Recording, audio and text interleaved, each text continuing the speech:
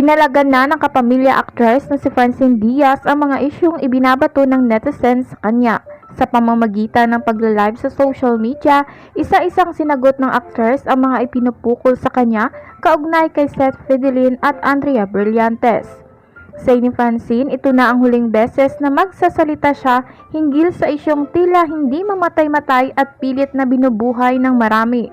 Kamakailan ay kumalat sa mga balita na aware si Seth Fidelin ukol sa namagitan sa kanyang ex-girlfriend na si Andrea Brillantes at Daniel Padilla.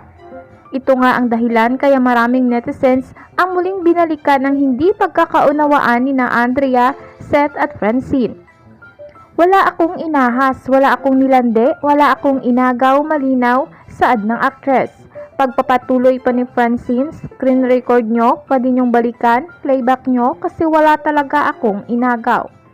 Sinamahan pa nga ni Seth Fidelin ang dalaga sa kanyang pagla-live upang patutuhanan ang mga pahayag nito. Chika pa niya nung nagkaroon ng problema sa pagitan ni na Blythe at Seth noon, sa pagitan na nila yon at labas na si Chin doon. Say pa ni Francine, kaya raw nagpunta noon ang kapamilya aktor sa kanilang bahay para humingi ng tawad.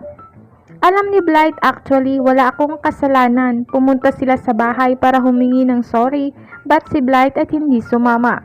She was invited pero hindi siya sumama, kaya nagulat ako kasi bakit ako yung masama. Giit pa ni Francine. Hiling rin niya na sana'y huminto na ang madlang netizens sa pag-hate sa kanya dahil wala raw siyang inagaw.